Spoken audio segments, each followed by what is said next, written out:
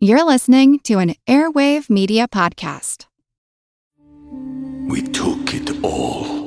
We brought them to our land. An endless night, ember hot and icy cold. The rage of the earth. We made this curse. Carved it in the blood on our backs. We did not see. We could not, but she did. And in the end, what will I become? Senua's Saga. Hellblade 2. Play it now with Game Pass. Have you been wondering where's the beef? Well, on our podcast, Throwback Trivia Takedown, you might just find that out, as well as some other things about the 70s, 80s, and 90s. We're a nostalgic-based trivia show that pits two challengers head-to-head in a duel of the decades, with categories ranging from movies, TV and music, to slang, food, and fashion. You're sure to get the best in retro-themed trivia. So strap on your jelly shoes, grab a surge, and walk like an Egyptian to your favorite podcast app and check out Throwback Trivia Takedown. I heard even Mikey likes it.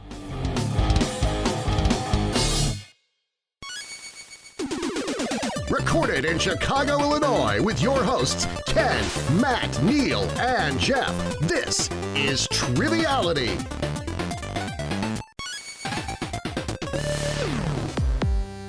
Hello and welcome to Triviality, the game where a lack of seriousness meets a little bit of knowledge. My name is Neil and I'm sitting across from Matt. How are you? I'm good. Good to be back in the studio after my little excursion away. Yeah, and what's on your hat? What's that logo? That's the Day Walgreens logo. Oh, nice. No, it's a Washington Nationals hat. Sponsored by Walgreens? Yeah, 100%. What does the WDC stand for? DC in Washington? The District of Columbia. I figured it out when I was like saying it out loud. And I was like, oh, okay. It's funny. I had the same revelation when he sat down. I was like, WDC. Oh, yep. I left my Washington Commanders hat at home. Jeff, how are you doing? I'm doing pretty good. How are you? I'm doing well. Matt and Jeff and I were just talking because Ken isn't here. He's actually shopping for hot tubs at a hot tub factory. And why is that, Matt? Well, I have no idea. You'd have to explain a little better. Well, Matt was talking about maybe starting a trivia business where it's a stream where trivia is being read from someone out of a hot tub. Mm-hmm. And then you sell the hot tub water. Yeah, that's passive income. Yeah, and real passive income is the woman who's selling her farts, Jeff, that you said doesn't do it anymore. Yeah, apparently she was hospitalized. I don't know why she was famous. She was one of those reality stars. I think you need a permit to sell certain gases. That's probably true. And then eating too much beans and stomach issues, it's a whole mess. But Ken's looking for some hot tubs for us, ones that will hold 4 people that we can host. Oh, we're all going to do it together. Yeah, well, we should. Yeah, why not? So he's not here today, but we have some special guests. And it's kind of fun today because our host has been a player before, but not a host. And our player has been a host before, but not a player. So let's introduce our guest player today. They're an Oakland 5 supporter on Patreon. We appreciate it. And that is Ann Herndon. How are you, Ann? Hi, I'm great. How are you guys? Doing awesome. And where are you now? Because I know last time we saw you, you were in a cabin with snow all around. And even though it's snowy here in Chicago, I believe you're somewhere else, right? I am. I have moved since the last time we talked. I got a divorce, came out of the closet, met a girl on TikTok, and moved to the 3rd most beautiful lake as rated by National Geographic. So now me and my kids live in this beautiful house out by Torch Lake in northern Michigan. Sounds like a novel Neil could write. About what's it called? Torch, Michigan? Torch Lake. Torch Lake. Torch Lake. Yep. I actually live in Bel Air, but yeah, right by Torch Lake. Just like yeah, Will Smith. We got you. We get it. And what are you up to in Michigan? I still work at the same hospital and still doing referral and diagnostics coordination and being extremely busy with that and being a mom to 2 girls. Well, awesome. That is great, and we're so happy to have you back. And you and I are going to be partnering today, so we'll think of a team name while we introduce our next guest, who is going to be our host today. You might remember him from the Broadway episode, and as I said, he was a player before, but this is going to be his first game hosting. He's an Oakland 5 supporter on Patreon, which we appreciate, and that is Keith Moser. How are you, Keith? Doing good. Hi, guys. So great to hear you again. You don't have your camera on, but we know you're wearing a Triviality shirt. You told us before we started, and we're just going to believe you. But we did have the pleasure of hanging out with you at bar trivia once before the pandemic happened, and hopefully we can do that again in the future. There was a before the pandemic? There was a BP, as they like to call it, for short, from some slang. But let everyone know what you've been up to and what you're doing. Yeah, I haven't been up to much because of, the whole P in the world. That sounded weird. But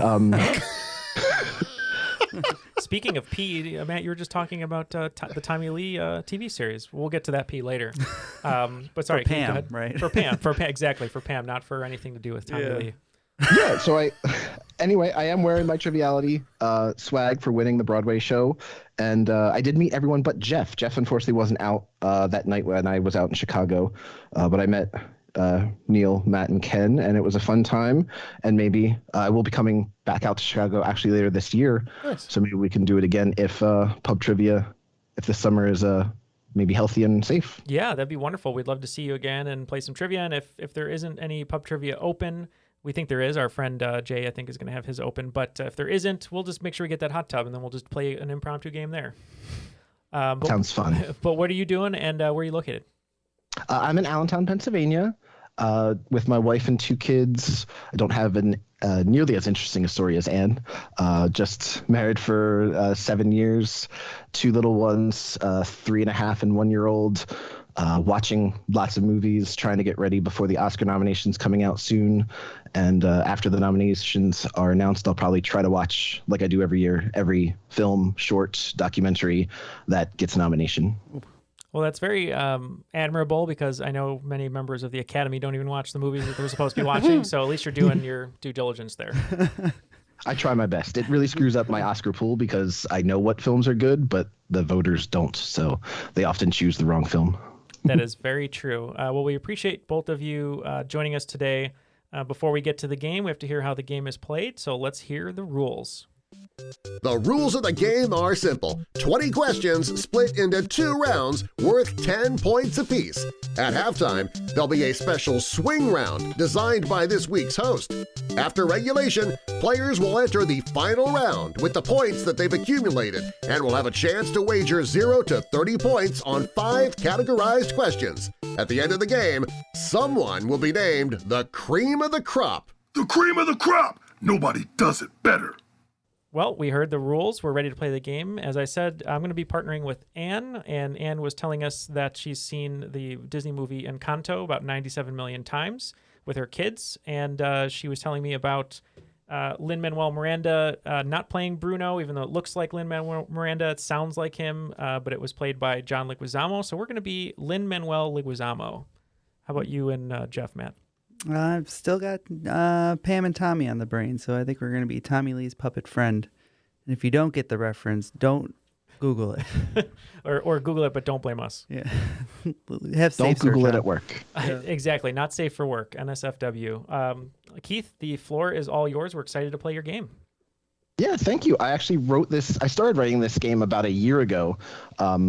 I was inspired by Nickelodeon. I think we all sort of probably grew up with shows, so I sort of just looked at shows that came out on Nick from the mid-'80s through the 2000s and took some inspiration from every show I could find and think of a question for. Some of the category names will have hints or clues, others won't, so fair game. Hopefully you enjoy the questions. Question 1 is Mr. Wizard's World. It's time to throw down. What 1985 multiplayer dungeon crawl video game is responsible for the phrase, "Wizard needs food badly"? Wizard is about to die. You know this one? Yeah. Okay, so they're locked in. It kind of rings a bell. I don't know about you, Ann. Yeah, I've heard this before, definitely in trivia, but this is such a blind spot for me, so I couldn't tell you. Yeah, I'm having trouble. I know what game they're talking about. Side scroller. It makes me think of Castlevania, but I don't know if there's wizards in that. But do you want to just go Castlevania? Yeah, that sounds fine. Okay. I had the sequel to this game on NES, but it was really popular in the arcades, the original. I believe that this is Gauntlet. Yep, points to Tommy Lee's puppet friend. It is Gauntlet. Atari originally created a 4-player cabinet arcade game and later a 2-player cabinet variant, and I was inspired by an old 5 Iron Frenzy song. called Wizard Needs Food Badly, which I had no idea where it came from. All right, question number 2 is Double Dare. Virginia Dare is well known for being the first English child born in the New World. Dare is doubly well known for disappearing along with everyone else that was living in what mysterious lost colony? I've got it. Yeah. You too. Perfect. Wow. So I get to this from a Stephen King miniseries that was on a long time ago. This is, have you ever seen the miniseries? Oh, I'm blanking on the name. It's not Tommy Knockers, right? Storm of the Century, I think is what it's called. Oh, yes. Mm-hmm. And I remember this, like there was only like one word written on a tree or something like that. I think it's the Roanoke colony, but that's where my first similar to Virginia then, like Roanoke? Yeah, Roanoke, Virginia. Okay, I mean that sounds. You have a lot of inroads there, and I know that is a miniseries. So you want to just go Roanoke? Yeah, we'll go with that. That's why you go with it. Well, I do know that's a miniseries, so you must be right. Go ahead, Jeff. Yeah, founded on Roanoke Island in Virginia. I think this is the Roanoke colony. Points all around. It is Roanoke. Nice. And covering most of my flavor text. The only clue as to what happened was the word Croatoan carved into a fence post, and the letter CRO carved somewhere else into a tree. No one knows what happened. Maybe Ken will get that tattoo at one point. Croatoan. All right. Question number 3 is Hey Dude. With almost 14 billion total views and over 57 million subscribers as of February 6th, 2022, what YouTube channel follows a group of 5 college buddies who perform masterful trick shots with basketballs, water bottles, ping pong balls, and more? It's their stats are unreal. Yeah, that is a little wild and a little strange. Yeah, and we're locked in. Mm-hmm. Neal, do you think this is a Dude Perfect? Is that what it's called? That is it. I was trying to remember it because at first I was thinking it was, or the only name that was coming to my head was Try Guys, which is not that. Those are different guys. There are only 4 of them. And there's only 4 of them. And I know the videos, I've seen them before, and I was trying to remember the name, but you got it. Yeah, I agree. Let's go Dude Perfect. Little plug for a channel I like much better, the Australian version. How ridiculous. But yeah, we are going to go with Dude Perfect. Hey, Dude Perfect is right. All right, moving on to question number 4. The Adventures of Pete and Pete a third time. Twice, Stanley Kubrick directed Peter Sellers and Peter Sellers and Peter Sellers again. First in 1962, where Pete played Claire Quilty, an unnamed policeman, and child psychologist Dr. Zempf.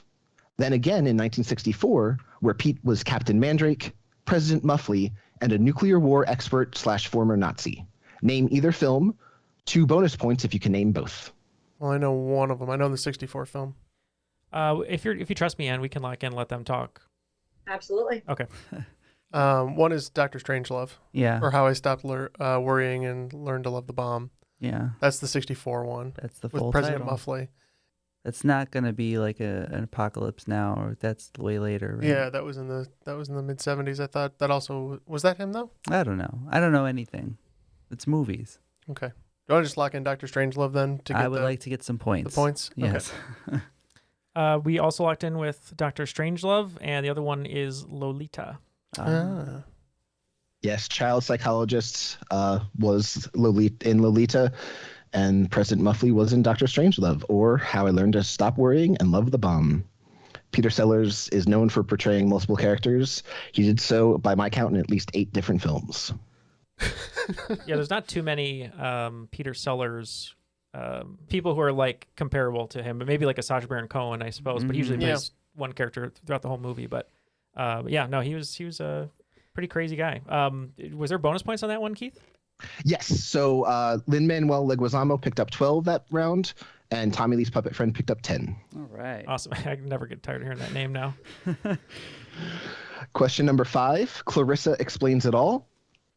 In 1748, Samuel Richardson published Clarissa, or The History of a Young Lady, an epistolary novel that, at over 940,000 words, is one of the longest novels in the English language. What exactly is an epistolary novel? We can lock in, Neal. Oh, thank you. What do you know about epistolary? Well, what I know about epistles, I believe Paul wrote an epistle, and I think that's a letter. Oh, you think this is a letter? I think it's a letter. It's a very long letter. Okay. We can lock in with what Jeff thinks. A letter. Yeah, and for the same reasoning, we are going to lock in with letters. Yeah, officially it's written as a series of documents, but most often as letters. Points all around. After 5 questions in the first round, it looks like Lin-Manuel Leguizamo, almost perfect, with some bonus points there for a score of 42. But actually, that's a different kind of perfect. It is less than perfect, like the movie. But batting perfect, the first 5 questions, is Tommy Lee's puppet friend with 50. We are dudes perfect right now. Ooh. But not quite perfect because you left 2 bonus points on the table. We don't talk about yes. that. Get him. Keith. You have 100%, but you could have 102. We don't talk about missed bonus points. All right. Question number 6. Salute your shorts. When enlisted personnel of the U.S. Army, Marines, or Air Force meet a 4-star officer, they're usually required to salute their general. What is the similar term for 4-star officers in the Navy and Coast Guard? Yeah, it was my gut. So let's go with it. Okay. We're locked in. You're locked in. So we're looking for, you said the Navy or the Coast Guard equivalent of a general? Correct. Okay. Anything, Ann? I have a couple ideas, but they could just be dumb. But so the only way I can get anything close to this is Battlestar Galactica. Okay. And Edward James Olmos' character is commander, then becomes like an admiral. So I don't know if that would be the equivalent. I like your idea of admiral, so I'm kind of between admiral or major general, but I don't know what you think about going. I mean, I like the word similar. Yeah, do you want to just, because of the Broadway angle, do you want to go major general? Yeah, and because he said similar term? Yeah, let's do that. We'll lock in with that. Yeah, we didn't really overthink this one too much. I know David Robinson went to the Navy. He was really good, and they called him the Admiral. Hey, we're locking in with the Admiral. Yeah, unfortunately, Neil knows a little too much about me. I do enjoy Pirates of Penzance, but I think I like Battlestar Galactica more. The answer is Admiral. Oh. Yeah, I believe a major general would be a rear admiral in the Navy. Basically 2-star. You're my rear admiral. And officially, the 5-star ranking is a fleet admiral. Oh, wow. At least in the Navy. So your gut was right, Ann. Sorry, I just... No. It's the risk I run playing with you is to talk myself out of correct answers. Well, because I don't understand the answers you're saying, but I'll make it up with a pop culture question, I promise. Going on to question number 7. Category is Doug. Oil and vinegar are usually insoluble unless you add an egg. The lecithin in the egg yolk stabilizes the mixture and forms a very simple mayonnaise, making mayo an example of what science E-word? Any stable mixture of 2 or more liquids that usually cannot be combined. And just to be clear, I'm looking for a word that starts with E in science, not a word that's science-y. Got it. Neil, is this like an emulsion? Oh, that sounds... I mean, one that sounds science-y-ish, but it sounds like a word. Checks out, Neil. It is in fact a word. It is a word. You do have the science brain. Emulsion. Let me think. Emulsion. Emulsify. Yeah. That's the same word, right? Just different. Emulsify? It's like the same word, but different. The verb.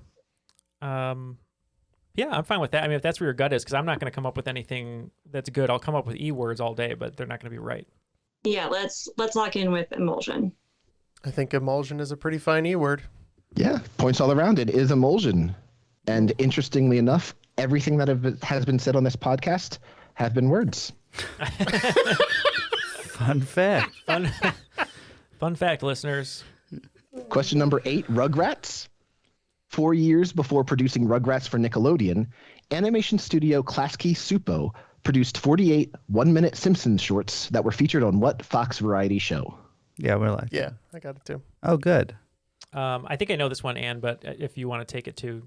Yeah, I've heard it on this show before. That's what I figured. So I don't watch The Simpsons, but I know for a fact, either from research or Matt talking about it every time I see him, which is not true, that these shorts, I believe, were on the Tracy Ullman show. So if you're good to lock that in. I completely agree. Okay. Yeah, locked in 100%. Tracy Ullman show.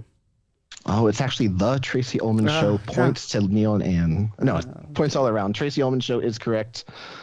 And Klasky Supo, if I'm saying that correctly, is the animation studio that did the first 3 seasons of The Simpsons before Film Roman took over. Yeah, they're bad. I used to jog by their film studio all the time. Oh, really? They still have the Ah Real Monsters painted on the side because they haven't done anything since then. Did you throw cabbage when you ran by? No, I just admired their work.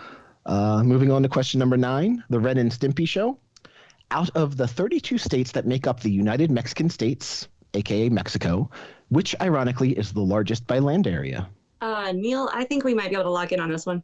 Oh, great, because I was just going to tell a story from Shawshank Redemption, and it was probably wrong. So let's do it. Rita Hayworth is not the answer. I don't know anything about Mexico. My apologies to. Well, Tabasco is not a region or an area. I feel like there's a couple different food-related ones that we've heard. Mm-hmm. Pequeño means small. It does. Is there a state that sounds like that? I don't know. So you want to go with Tabasco? No, we can go with we'll go with Baja. Because I'm pretty sure California. it's at least a state. Baja California. Baja California is the smallest state in Mexico. Lock it in. Neal, I think that this is Chihuahua. Oh, that's a great They're answer. tiny. Boo. Yes, and Ren, the dog in Ren and Stimpy. It's ironic how the smallest Mexican dog is named after the largest Mexican state.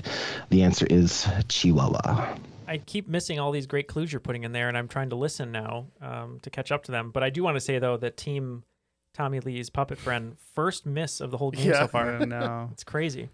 I was worried maybe my quiz was a little too easy, but to be fair, that is the last clue of the set. No, I'm just kidding. There's probably a few more. No, your game isn't too easy. What's great about your game, because the questions are great, is it's the type of trivia where, as Ann and I have been doing, you talk yourself out of the answer because it could go either way. And so you're tricking us today. It's good.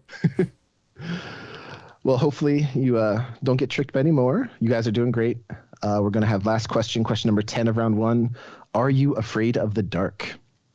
In the Harry Potter books and films, he who shall not be named has a name. Several of them, in fact. You may know him as the Dark Lord, or you know who. I've heard his best friends call him Voldy. But what was the full given name of Voldemort? First, middle, and last. Oh, no. I don't know his middle name. Do you know his first name? I know We can lock 2 in. things about this. Wow. Okay, we're gonna lock in over here because I know 2, but I think Ann knows the middle name, which I don't have. So take it away. I just watched all the movies. Yeah. So I know it's Tom Riddle, right? Isn't that him? Oh, yeah. But I don't know his middle name. Is it James? Well, James is Harry's dad. Harry's, yeah. Thomas Voldemort Riddle. Thomas Aquinas. Thomas A. Riddle. Enigma. Richard Enigma. Richard Batman Forever. Enigma. Enigma. Great movie. It is great. I just love that Tommy Lee Jones told Jim Carrey not to sit by him because he was acting like a fool or whatever. It's like, what movie do you think you're in, Tommy Lee Jones? He's dressed up as the Riddler. Can you put 2 people next to each other who would not want to be next to each other more than Tommy Lee Jones? I can't remember the exact Tommy story. Lee Jones is a Harvard grad, is he not? He is, yeah. He roomed with like Al Gore or something. Yeah, he did, and he was a football player. I don't know the specifics of the story. You'll have to Google it or YouTube it, but Jim Carrey was talking about seeing Tommy Lee Jones at a restaurant after they had filmed Batman Forever, and he was with a group of friends, and he walked over to say hi, and he like pulled up a chair, and I think Tommy Lee Jones hugged him, and like in his ear said something like, "I don't like you," or something like that. Well, in honor of Tommy Lee Jones, I think we're going to go with Tom Lee Riddle. Actually, I think I know it. Oh, what is it? Because it's something ridiculous. I think it's Marvolo. Okay. We're going with that then. Tom Marvolo Riddle. I hate when you do that. Yeah, you can get this because it's an anagram for I am Lord Voldemort. It is Tom Marvolo Riddle. It is weird because it does have to anagram into I am Lord Voldemort. Tom Marvolo Riddle is the correct answer. And because J.K. Rowling put that in there, it created a lot of crazy names when Harry Potter was translated into other countries. My favorite is in French. His name is Elvis. Tom Elvis Jedusor, to translate to Jesuit Voldemort. And in honor of Dutch boy, I don't speak Dutch, but in the Netherlands, he was Martin Asmodum Wilhien, anagramming to Mijn naam is Voldemort. I love this. I'm just trying to find the Horcrux. It was inside me all along. At the end of the first round, it looks like Lin-Manuel Leguizamo picked up 40 more points, bringing our total to 82. But narrowly ahead of us with 90 points is Tommy Lee's Puppet Friend. We're about to go to the swing round, but before we do that, we just wanted to say thank you to Keith and Ann for being Patreon supporters. We couldn't do the show without all of you. As you know, you can find us over at patreon.com/Triviality Podcast, where there's a lot of audio content. There's crop drops every month. There's regular Patreon bonuses with short rounds of trivia, but also some posters and boxes and all that good stuff that you can get. And our love. Well, our love is most important. And Matt, you're going to be experimenting a little bit with some special games for patrons coming up this year, so it's going to be a lot of exciting stuff. Mm-hmm. We tried to do a live game right before this recording, and it did not go so well. We tried. It wasn't the Hindenburg, but yeah, it was. The stream is a little choppy, but we're gonna get that fixed up, and then we'll be doing those. I think we probably can monthly. figure it out. Yeah, we can figure it out if we put our mind to it. As Doc Brown our collective said, one mind. Yeah, as Doc Brown says, you put your mind to something and you can do it. Hop in the hot tub and just have a real think session. I'll actually do a hot tub show if we have time. Let's do it. I'm totally down with that. But yeah, feel free to join us if you'd like. We really appreciate all of your support. If you'd like to join Ann and Keith, you can go to patreon.com/Triviality Podcast. Keith, what is the swing round today? It's called Nick Arcade Before and After. Ooh, okay. I want you to identify these mashed up movie and arcade games based on my description of the combined plots. As a helpful hint, my description will always be in the same order of the answer: movie followed by video game, or video game followed by movie. All right, that makes sense. Question 1. Blinky, Pinky, Inky, and Clyde chase after Andy Kaufman as he appears on Taxi, Saturday Night Live, Fridays, and Late Night with David Letterman. Will they be fooled by his Tony Clifton disguise? Question number 2. Gordon Gekko takes a young stockbroker under his wing and trains him to compete in a worldwide martial arts tournament alongside Ken and Ryu. Will they be able to defeat Adon and Sagat? Question 3.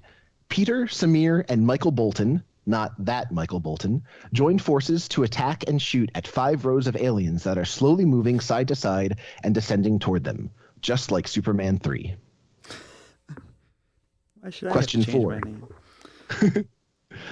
Question 4. Jumpman, who looks a lot like a famous plumber, climbs up ladders and jumps over barrels as he travels to the South Pacific with John Goodman, Tom Hiddleston, Samuel L. Jackson, and Brie Larson to try to find a 104-foot tall gorilla.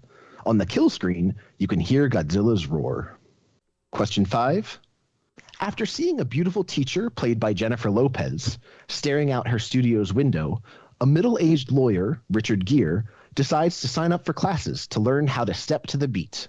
Each step is rated perfect, great, good, boo, or miss. And when he's doing really poorly, he just starts using his hands. Question 6. Matthew McConaughey and Kate Hudson star in this action-adventure rom-com as a pair of divorced treasure hunters who rekindle their relationship while playing 18 holes and seeing who can get closest to the pin. The trackball allows them to control the power, direction, and curve of their ball. Question 7.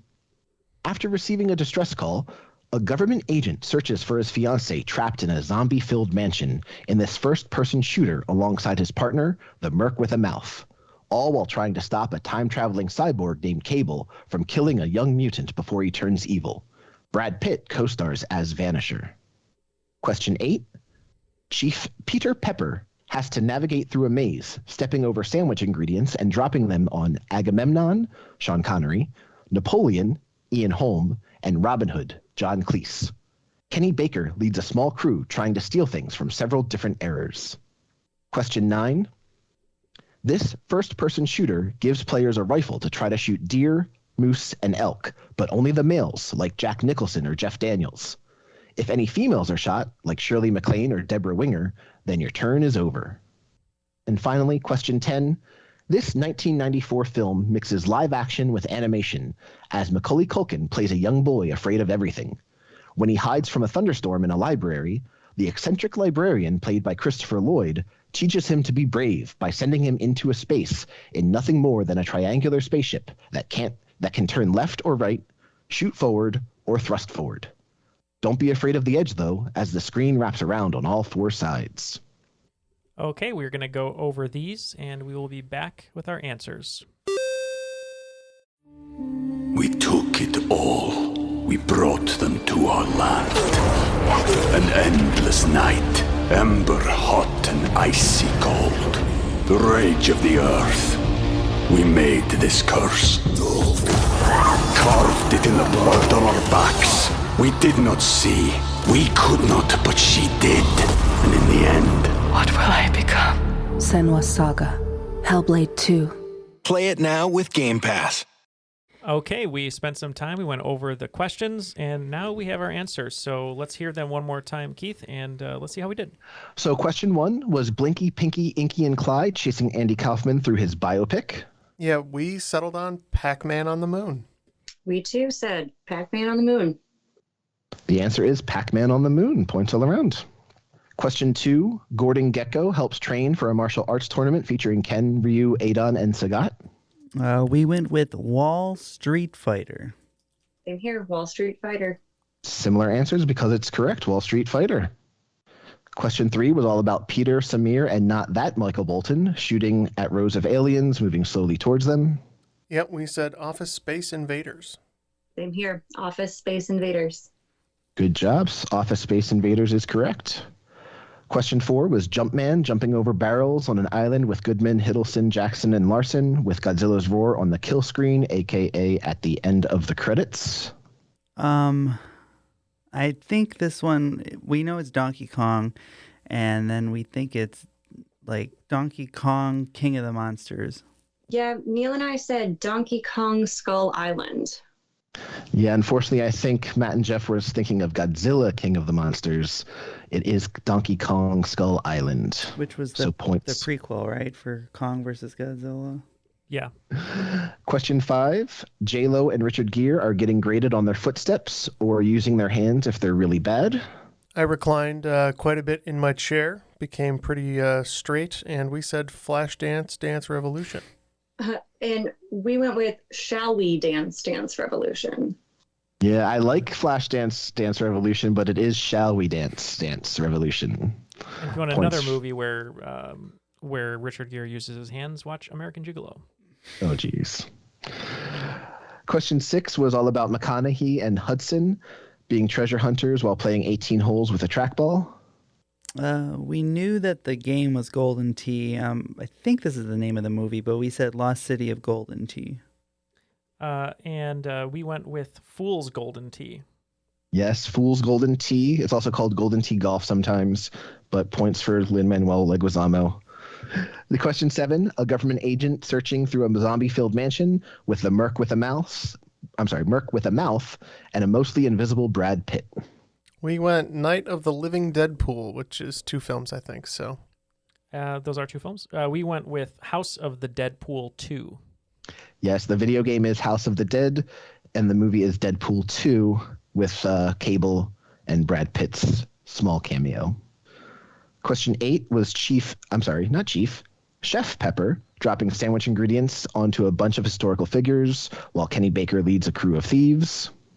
I'm pretty sure that the game was Burger Time, but I couldn't think of any movies that fit that, so I made up one, and I think it might be a movie. We said Burger Time Bandits.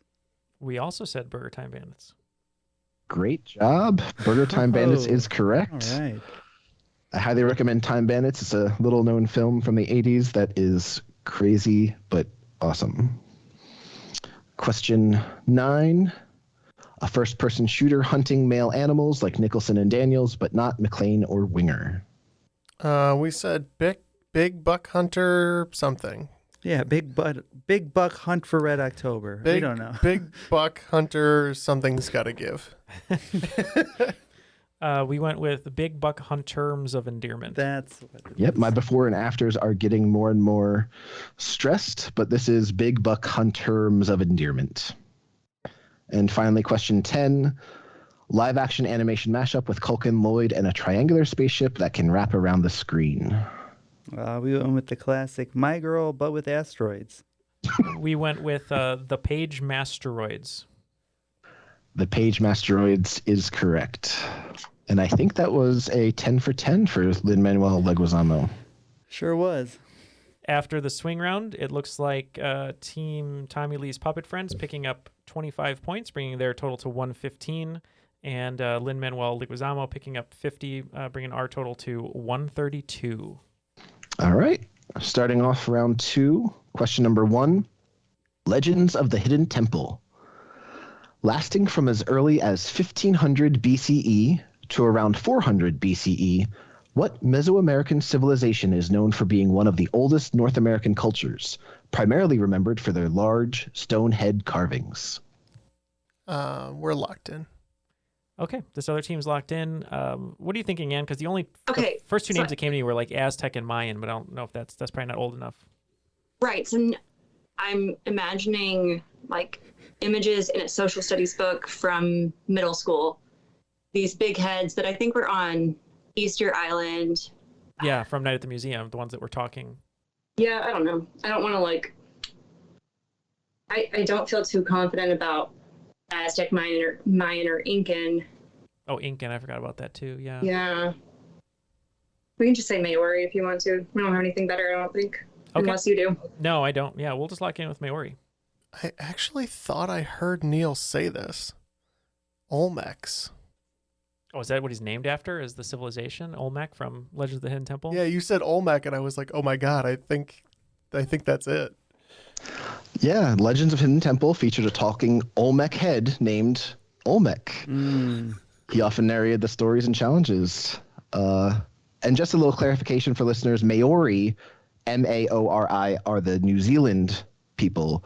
I think the Easter Island statues are called Moai, M-O-A-I. Oh, okay. Moai, if that's how you pronounce it. But for this answer, Tommy Lee's puppet friend picks up some points with Olmec. I had no idea he was named after the civilization. All right, moving on to question 2. All that. What popular snack food has a unique shape mathematicians can't stop calling a hyperbolic paraboloid? We can lock in. Okay, so hyperbolic, meaning obviously like greater, and a parabola is kind of like half of an oval, right? Okay. If you have this kind of C shape, that leads me to think of like Cheetos. Oh, I see. Oh, yeah, like the original Cheetos, not crunchy. Oh, or Pringles. Oh, Pringles would be good. Yeah, I thought when you were describing it, I thought you were talking about the thing that's at like county fairs, like the funnel cake. Yeah, or funnel cake, or the onion, the flaming onion, or whatever they call it. Blooming onion. Blooming onion. Yeah, that's a good question. Pringles or Cheetos? Yeah, I think that Pringles might be.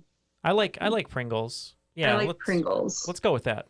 I think there's a clue in there about can't stopping. Stop. Yeah, they're popped. These are the Pringles. Ooh. Yeah, once those mathematicians, once they pop, they can't stop eating Pringles. And I almost named this category All That and a Cylinder of Chips, but I thought that would have made it a little easier for sure. I still remember the cast of All That. I used to watch it all the time. Lori Beth Denberg, just like in the back of my head for no reason. Yeah, Lori Beth Denberg. Yeah. Yeah. I always thought Kenan Thompson did well on that. Whatever happened to him? Yeah, right.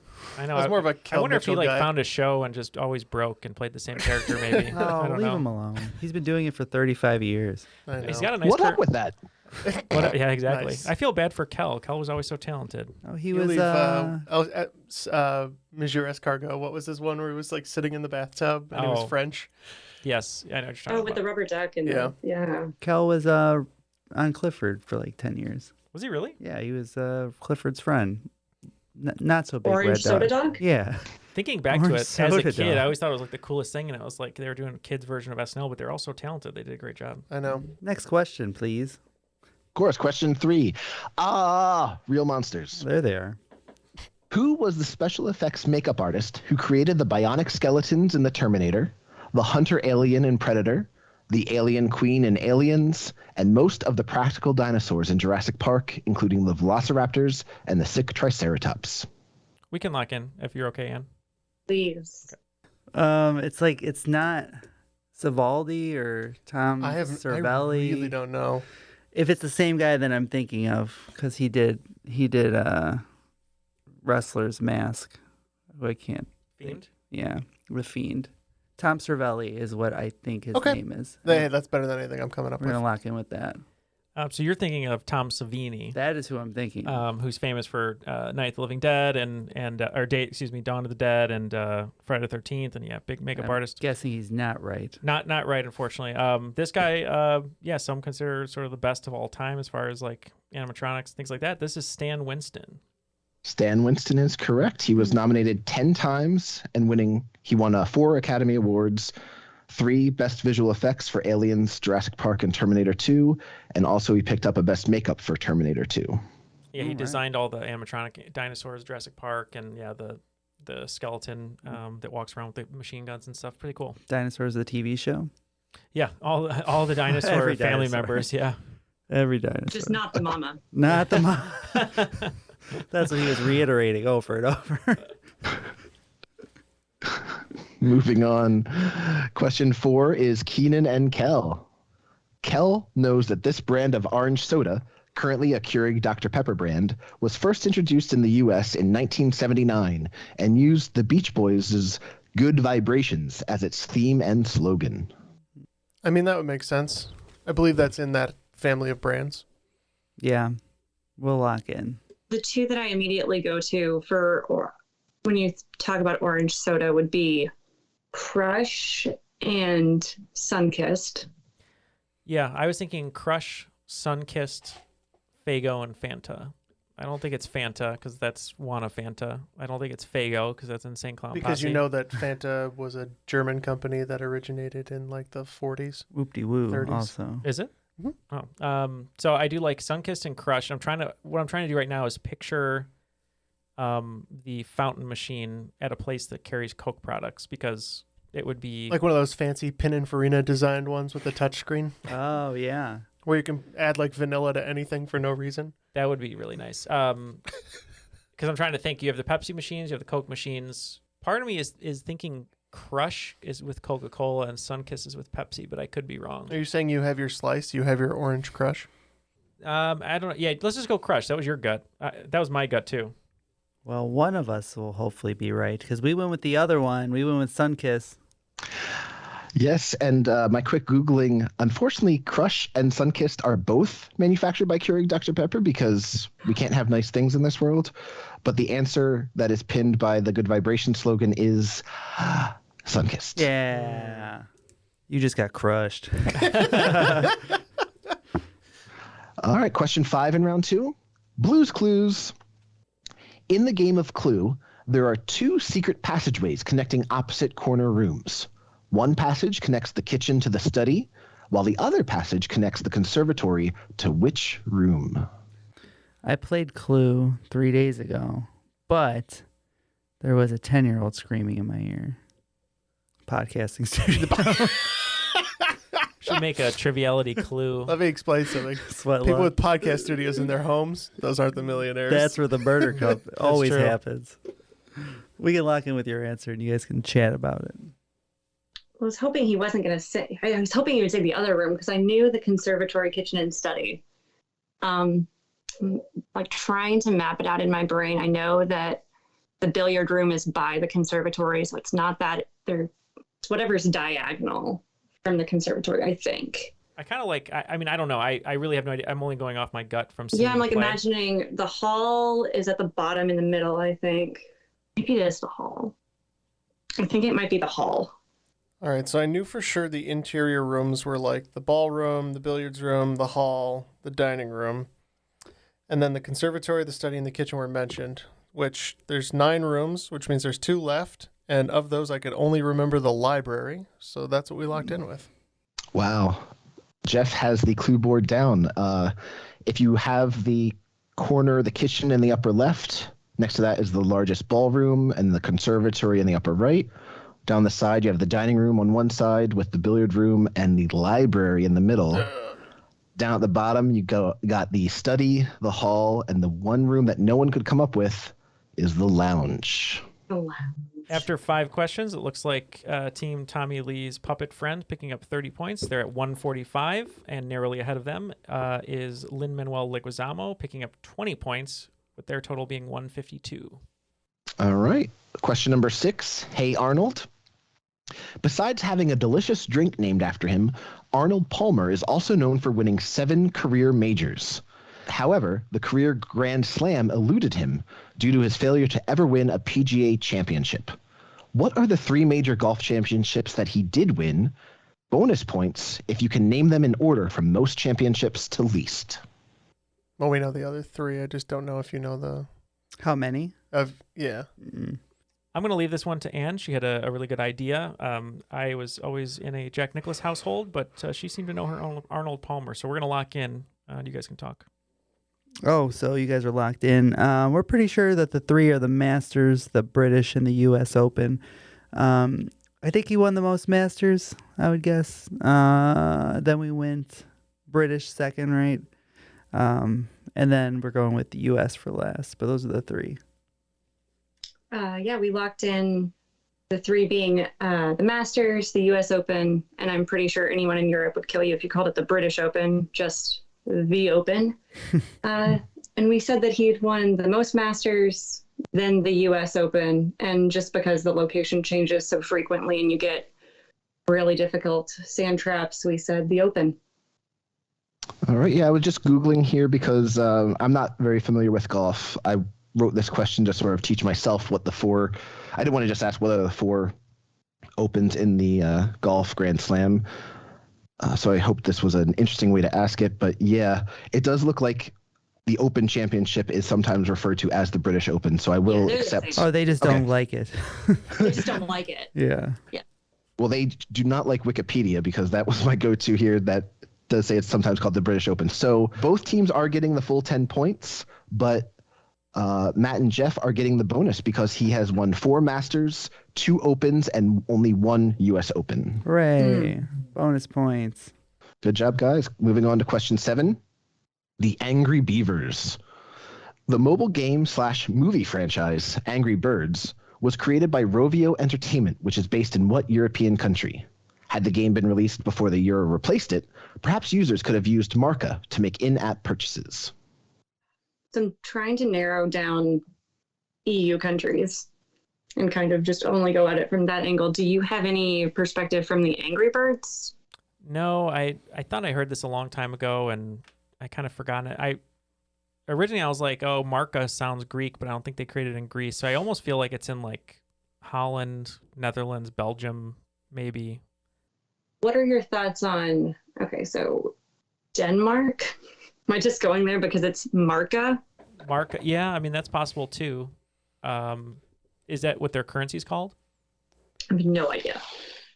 That double K kind of takes me to some Eastern European countries, potentially like Ukraine, but I'm not sure at all. So we'll go with Ukraine. I know most of the Finno-Scandian countries use a krona, but not Finland, so we guessed Finland. Yeah, and funnily enough, Jeff, this question originated as where was Rovio Entertainment headquartered, which I feel was maybe on this or a different podcast recently. But the Marca was added as a hint, and it did help you get to Finland. 10 points for Tommy Lee's puppet friend. All right, moving on to question 8 in round 2. Cat Dog. While Cat Dog wasn't created during the Chernobyl nuclear disaster, if he were, in which present-day country would he have been born? The real question is which one has the mouth, but we're locked in. Yeah, I think I might have to answer the same thing twice. Just repeat the same word. Gotta be right eventually. Yeah, that's fine with me if you want to go with that. I don't think it's too far over the Russian border, but it's most certainly in Ukraine. That is correct. Chernobyl lies about 60 miles north of Kyiv. It is in Ukraine. Question 9, SpongeBob SquarePants. What English dessert is typically made of layers of fruit, sponge cake, often ladyfingers, and custard? This is not the one with a layer of beef sautéed with peas and onions. We can lock in. Ladyfingers. Yes. Have you ever had ladyfingers? I've always had man fingers. At one point, you had small child fingers. That's true. No, I came out. My Your body hands have not changed size. My body grew into my hands. I was a freak. I grew into my nose, and Matt grew into his hands. Good palm of basketball too. I think it's not like blood pudding or anything, right? Ooh. Ooh, figgy pudding? Well, I think we all want it to be figgy pudding, but I think it might be. Well, is blood pudding the... Oh, I don't know. Yeah, go with whatever you think. Yeah, who cares? Blood pudding it is. Yep, and I'm pretty sure we're on the same page, just from my bake-off watching here, but what would you want to go with? Well, I would say that this definitely does not taste like feet, but this is an English trifle. Trifle, yeah. Oh. It is trifle. This is not the one with sort of a hint. The Friends episode, the one where Ross got high, where Rachel accidentally made a trifle crossed with a shepherd's pie when her recipe pages stuck together. Tastes like feet. And finally, question 10 in round 2, the Fairly Odd Parents. Herman and Lily are the Fairly Odd Parents of Eddie on what television series? Marilyn was their much more quote-unquote normal niece. We can lock in. I used to watch the show. Yeah, I think we can lock in. Matt's over there dancing like Uma Thurman. I know. Always. Yeah, classic. We're going with the Munsters. Yeah, we got Rob Zombie making the Munsters right now, and I did not know until I read about the movie that song he sings, Dragula, is about a car from the Munsters. Yeah. So, yeah, we used the Munsters. The Munsters, excuse me. Sorry, yeah, I was waiting for the other team to say their answer again. That would have been silly. It is the Munsters. And am I the only one? Like. It's still right? So we're good. It is correct. But am I the only one that finds it strange that a Frankenstein monster father and vampire mother produces a werewolf child? No, you just best not to think about it. Yeah, it was the 50s. You don't want to think about it. At the end of regulation, it looks like Team Tommy Lee's puppet friend picked up 42 extra points with that bonus, bringing their total to 187. And Lin-Manuel Leguizamo picking up 40 points, bringing them to 192. So 5 points is all that separates the two teams here going into the final. Right before we go into the final, just wanted to mention, I've said it before on the podcast, but my first book's coming out April 26th. It's called Being Patrick Swayze, Essential Teachings from the Master of the Mullet. I believe this episode's coming out March 1st, and there was a promo code that was ending on March 1st, but I've noticed the publisher is a little slow with changing some of their promo codes, so you might still be able to get 30% off if you go to chroniclebooks.com and search Being Patrick Swayze, put Swayze at checkout, and you'll get 30% off.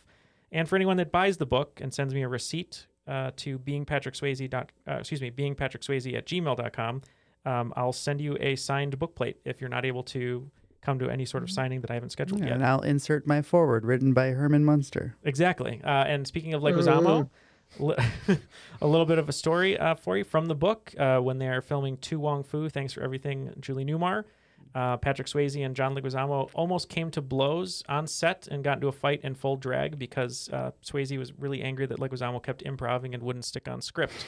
So they had kind of a contentious relationship on that movie, but it ended up working out okay. But yeah, so please pick up the book if you can. I'd be excited for you to read it. But let's hear those final round categories, Keith, and we'll see who's going to come out on top today. Yes, just to continue the Nickelodeon theme, the final round categories are The Adventures of Jimmy, Neutron, Boy, and Genius. But because those are no help whatsoever, I will give you actual trivia categories. The Adventures will be literature, Of Jimmy will be music, Neutron will be a sports/science question, Boy will be a theater/games question, and Genius will be language. Okay, all of the wagers are now locked in, and just for the listeners, both teams are going all in on every question, so it's 30 points per question. Keith, we're ready for the questions. All right. Hopefully I didn't bump up the difficulty too much in this final round for you, but in the category The Adventures, years before he wrote The Adventures of Tom Sawyer, Mark Twain first found success with what short story about gambler Jim Smiley and his Anurin Daniel Webster? Question 2 of Jimmy. With which two bands has guitarist Jimmy Page been inducted into the Rock and Roll Hall of Fame? Question 3, Neutron.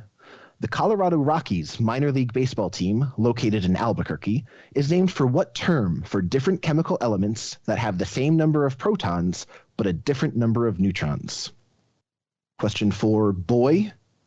Boy George earned a 2004 Tony nomination for Best Original Score for what Broadway musical flop?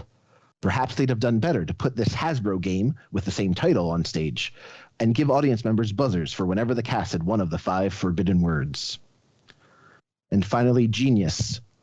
What term for a boringly studious and socially inept person can trace its etymology to the name of a boy genius character from the 1959 cartoon series Felix the Cat? As far as I can tell, he never became a lumberjack when he got older. All right, we're going to take a look at these and be right back. All right, all the answers are now locked in, so let's just hear them one more time. We'll give our answers and see how our wagers turned out. All right. First question, The Adventures. Years before he wrote The Adventures of Tom Sawyer, Mark Twain first found success with what short story about gambler Jim Smiley and his Anurin, Daniel Webster?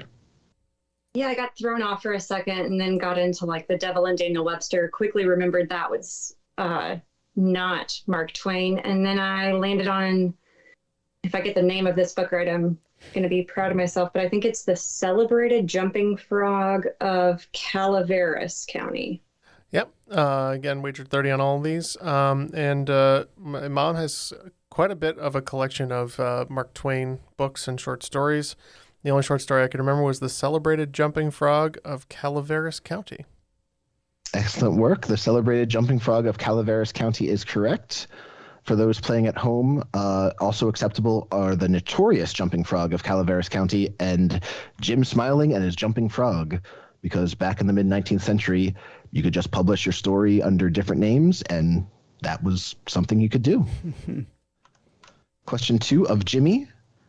With which 2 bands has guitarist Jimmy Page been inducted into the Rock and Roll Hall of Fame? So again, everyone wagered 30 points. For this one, we knew Led Zeppelin, obviously, and I know the other band he was in. I think he was in the band with Eric Clapton and Jeff Beck, because I remember Rolling Stones said that, out of the top 100 guitarists, like 3 of them were in this one band for a while. I cannot think of the other band's name, so we're going to say Ned Leplin is the other band. So we had Led Zeppelin there too, and then you were thinking of that band that he was in. I think Alfred Hitchcock was in there too, because I think it was the Byrds. I think I'm misremembering it, but yeah, we went with the Byrds. Ooh, okay. So in 1995, Jimmy Page was inducted as part of Led Zeppelin. 3 years prior, in 1992, he was inducted as part of the Yardbirds. The Yardbirds. Oh, that's it. So close. I knew that. I'm so sorry. Question number 3 was Neutron. The Colorado Rockies minor league baseball team, located in Albuquerque, is named for what term for different chemical elements that have the same number of protons but a different number of neutrons? We locked in with the isotopes. Yeah, I'm sure Jeff knows this one from the science aspect, but when the Springfield Isotopes moved to Albuquerque on The Simpsons, they changed the name of their team to the Albuquerque Isotopes, so Isotope. That is correct. The Albuquerque residents did vote to name their AAA team after this season 12 episode. That is the Isotopes. Question 4 was Boy. Boy George earned a 2004 Tony nomination for Best Original Score for what Broadway musical flop?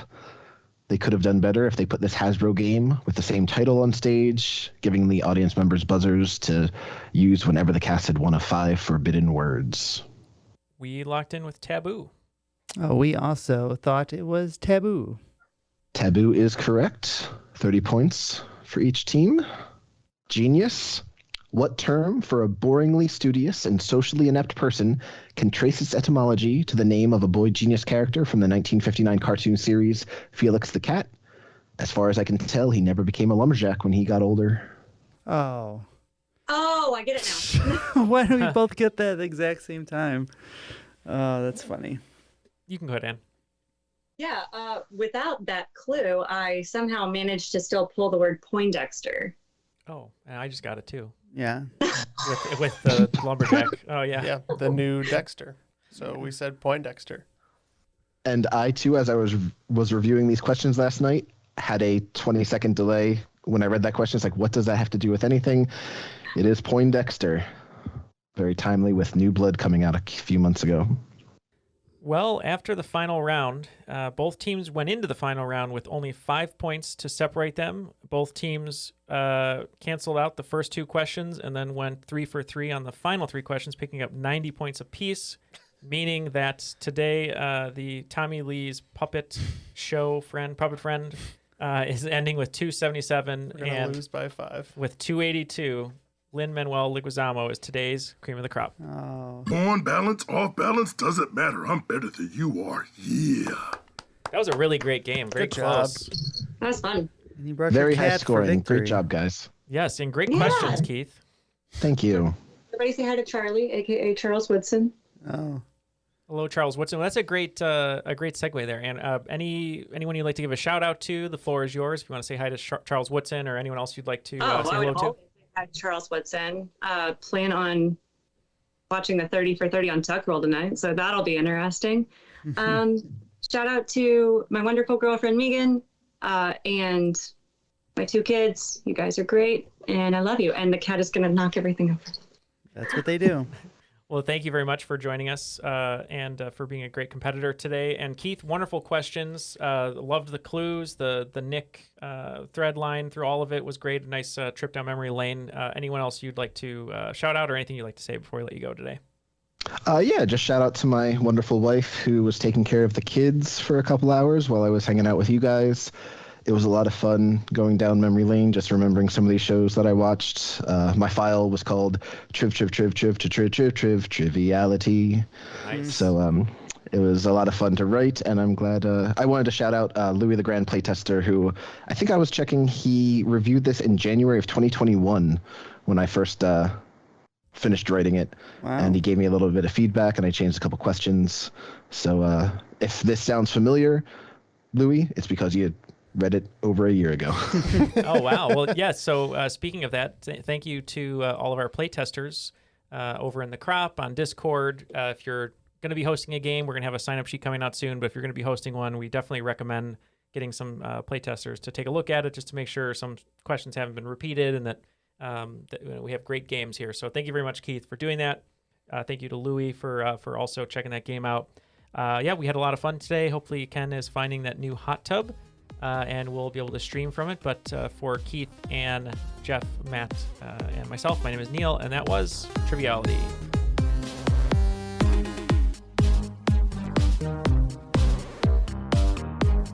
What's the other one? What's your flavor text on that one? Have you thrown ping pong balls into like small areas or done trick shots? I've seen people throw ping pong balls from small areas, but wait. You gotta pay extra for that. Was that also in the Tommy Lee show?